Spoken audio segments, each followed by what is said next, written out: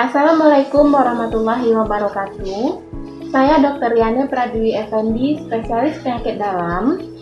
Saat ini akan memberikan sedikit penyuluhan mengenai hipertensi dalam rangka meningkatkan pemahaman masyarakat awam terhadap penyakit ini. Pertama, kita mulai dengan definisi atau apa itu arti dari istilah hipertensi. Hipertensi /adalah suatu penyakit kronis atau penyakit menahun yang ditandai dengan peningkatan tekanan darah menjadi 140/90 atau lebih dengan pemeriksaan yang akurat. Jadi harus melalui pemeriksaan tekanan darah yang akurat. Hipertensi ini dapat disertai dengan gejala ataupun tanpa disertai gejala. Kelompok penyakit hipertensi ini pun dibagi dua. Yang pertama adalah hipertensi primer atau dikenal juga dengan istilah hipertensi esensial. Ini adalah hipertensi yang paling banyak ditemui dalam masyarakat. Ini biasanya terkait dengan usia. Biasanya penyakit hipertensi primer ini ditemukan pada usia lebih dari 40 tahun atau 40 tahun ke atas. Yang kedua adalah hipertensi sekunder. Hipertensi sekunder ini adalah penyakit hipertensi yang terjadi akibat penyakit-penyakit tertentu, misalnya akibat penyakit tiroid atau istilah awamnya itu gondok beracun. Jadi misalnya orang dengan ada penyakit gondok yang dengan ada keluhan berdebar-debar, penurunan berat badan itu biasanya akan disertai dengan tekanan darah yang tinggi juga. Kemudian mengenai populasi hipertensi, siapa yang menderita hipertensi? Walaupun berdasarkan data, sebagian besar hipertensi itu adalah hipertensi primer yang banyak ditemukan pada usia-usia 40 tahun atau lebih, tapi tidak menutup kemungkinan penyakit hipertensi ini dapat diderita oleh usia yang lebih muda. Bisa saja pada usia 20 tahunan, 30 tahunan, atau pada usia yang kurang dari 20 tahun. Misalnya, pada usia yang kurang dari 20 tahun karena adanya penyakit yang mendasarinya tadi pada hipertensi sekunder. Yang kedua, kita juga harus mengetahui apakah seseorang itu memiliki riwayat keluarga yang menderita hipertensi karena adanya faktor genetik dalam hal ini. Misalnya, pada seseorang yang berusia 20 tahunan, dengan adanya riwayat keluarga yang kuat akan adanya riwayat hipertensi ini, risiko untuk menderita hipertensi lebih tinggi dibandingkan dengan seseorang yang tidak ada riwayat keluarga hipertensi. Nah, hipertensi berdasarkan data atau studi epidemiologi merupakan salah satu dari 5 penyakit tertinggi di Indonesia, selain stroke, jantung, sakit gula, dan TBC. Jadi salah satu dari 5 penyakit terbanyak di Indonesia ini saat ini adalah hipertensi, yang memang pada kenyataannya di poliklinik bagian penyakit dalam di Rumah Sakit Kepala Bumi memang salah satu dari 5 penyakit terbanyak yang memang hipertensi, jadi sesuai dengan data nasional ini. Nah, bagaimana perbandingan laki-laki banding perempuan yang menderita hipertensi ini? Pada usia-usia di bawah 55 tahun, perbandingan laki-laki banding perempuan lebih banyak penyakit hipertensi ditemukan pada laki-laki. Tapi trennya berubah setelah usia lebih dari 55 tahun, terbalik. Jadi perempuan yang lebih banyak dibanding laki-laki.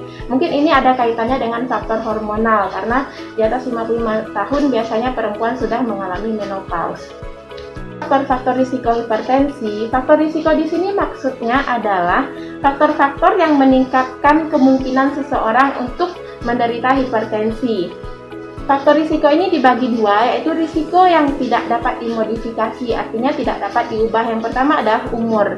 Dengan bertambahnya umur, semakin meningkat kemungkinan seseorang itu untuk menderita hipertensi. Yang kedua adalah jenis kelamin.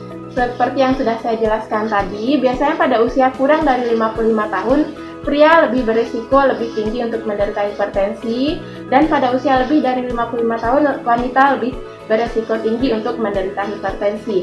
Dan yang ketiga, faktor yang tidak dapat dimodifikasi adalah riwayat keluarga atau genetik. Kemudian kelompok yang kedua, risiko yang dapat dimodifikasi, artinya bisa diintervensi. Yang pertama, faktor obesitas.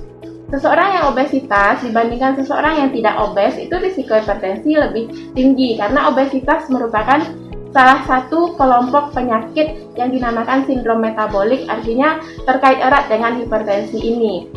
Yang kedua, merokok. Seseorang yang merokok risikonya lebih tinggi untuk menderita hipertensi. Yang ketiga, aktivitas hidup yang kurang, artinya kurang gerak, mungkin bekerja banyak duduk atau tidak ada aktivitas fisik atau olahraga yang kurang. Yang keempat, diet tinggi lemak. Yang kelima, konsumsi garam berlebihan. Yang keenam, adanya penyakit-penyakit lainnya seperti kolesterol tinggi atau sakit gula. Yang ketujuh, konsumsi alkohol berlebihan. Dan terakhir, psikososial dan stres, di mana stres psikis itu juga meningkatkan risiko penyakit hipertensi ini. Apabila kita sudah didiagnosis menderita hipertensi, kita harus, karena hipertensi itu adalah pembunuh diam-diam. Memang sebagian besar pasien yang ditemui dan juga yang saya temui sangat banyak yang tidak ada mengeluhkan gejala apapun terkait hipertensinya. Tetapi walaupun tanpa gejala, hipertensi ini harus dikontrol. Kenapa? Karena hipertensi ini memiliki istilahnya target organ damage, istilahnya mengakibatkan kerusakan organ-organ tertentu di dalam tubuh kita, yaitu yang pertama otak.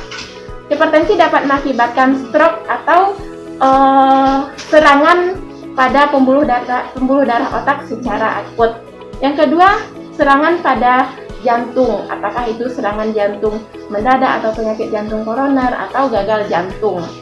Yang ketiga, pada ginjal, hipertensi lambat laun akan dapat mengakibatkan gagal ginjal kronis apabila tensinya tidak terkontrol. Yang keempat, pada pembuluh darah dapat mengakibatkan penyakit pembuluh darah, perifer namanya. Kemudian pada mata, hipertensi dapat mengakibatkan kerusakan pada saraf-saraf mata bagian belakang. Terus bagaimana pengobatannya?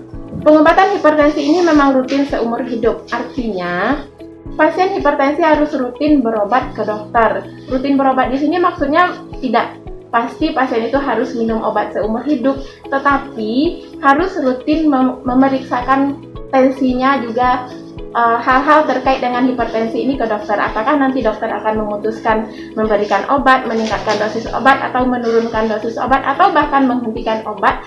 Tapi walaupun nanti diputuskan menghentikan obat, pasien itu tidak boleh luput dari pengawasan dokter. Yang kedua, tujuan pengobatan ini adalah untuk mencapai kondisi tensi yang terkontrol untuk mencegah kerusakan-kerusakan organ target yang sudah saya jelaskan tadi. Nah, pengobatannya ini ada dua, yaitu terkait dengan edukasi. Maksudnya adalah terapi tanpa obat-obatan, yaitu pasien harus mematuhi dietnya. Bagaimana diet seorang pasien hipertensi? Salah satu contohnya adalah diet rendah garam, kurangi makanan yang asin-asin. Penderita hipertensi boleh makan garam tapi jangan berlebihan, itu salah satu contohnya. Yang kedua, terapi obat-obatan. Ada banyak obat hipertensi. Ini disesuaikan dengan kadar tensi pasien serta respon obat terhadap tekanan darahnya. Kemudian juga harus dilakukan pemeriksaan kerusakan organ-organ target secara berkala. Misalnya, pasien hipertensi dilakukan pemeriksaan kolesterol berkala, fungsi ginjal berkala, pemeriksaan fungsi jantung berkala, dan mungkin suatu waktu bisa diperlukan konsultasi ke bagian mata. Mungkin sekian penyuluhan dari saya, semoga dapat diambil manfaat dan dapat diaplikasikan dalam kehidupan kita sehari-hari. Assalamualaikum warahmatullahi wabarakatuh.